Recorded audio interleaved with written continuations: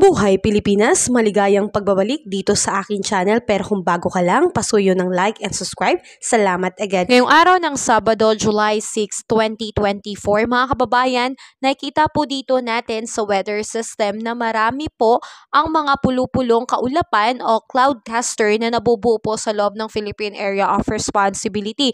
Ito po yung Intertropical Convergence Zone o ITCZ na siyang nakakaapekto sa malaking bahagi po ng ating bansa, particular na po sa Southern Luzon, Visayas, and Mindanao. Kaya asahan po natin na magkakaroon po ng maulap na kalangitan na merong kasamang kalat-kalat na pag-ulan, kulog at kidlat na posibleng magdulot po ng biglaang pagbaha and landslide, lalo na po sa mga prone areas. So narito po ang mga lugar na talagang uulanin po ngayong araw na ito. Ilang bahagi po ng Metro Manila kasama ang Calabarzon, Mimaropa, Bicol Region, Visayas, Zamboanga Peninsula, Basilan, Sulu, and Tawi-Tawi po.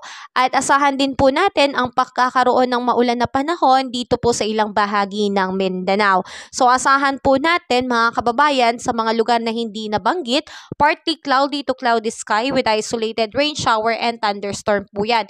Yan po ay tsansa ng pagkakaroon ng pag-ulan lalo na sa hapon at sa gabi. So mga kababayan, dahil rainy season na po, asahan na po talaga natin na magiging mas maulan pa ang ating panahon, lalo na't sinasabayan po nitong Intertropical Convergence Zone. At asahan din po natin, taya po ng pag-asa, na posibleng merong 2 hanggang 3 bagyo na pumasok sa Philippine Area of Responsibility. Kung malakas man to o hindi, ay hindi pa natin nasisigurado. Sa ngayon ay wala pa rin pong bagyo na namamataan sa loob ng Philippine Area of Responsibility. Ang tanging nagpapaulan lamang po ay ito pong Intertropical Convergence Zone, easterlies at yung mga localized thunderstorm.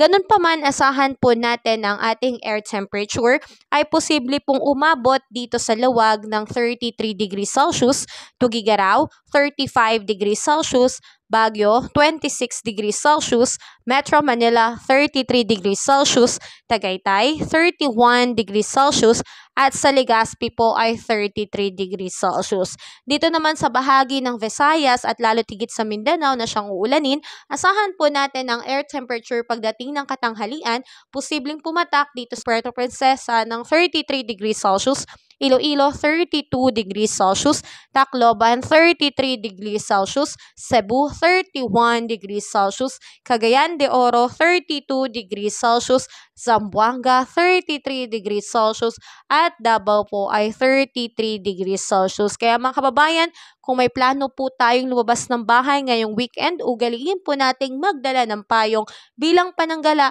sa mga biglaang pag-ulan. Yan po ay dahil nga po sa dulot ng Intertropical Convergence Zone at easterlies. Malaking tsansa ng pag-ulan lalo na sa hapon at sa gabi. Kaya patuloy po tayong mag-antabay sa ating ulat panahon. Sa ngayon, wala pa pong bagyo, pero may tsansa na magkaroon ng bagyo 2 hanggang 3. Kabayan, kung nakatulong sa iyo ang video na to, huwag mo namang kalimutang mag-like and subscribe at pasuyo na rin po, pahit na rin po ng notification bell para updated ka sa mga susunod ko pang weather update. Muli, maraming salamat, ingat, God bless po, kabayan.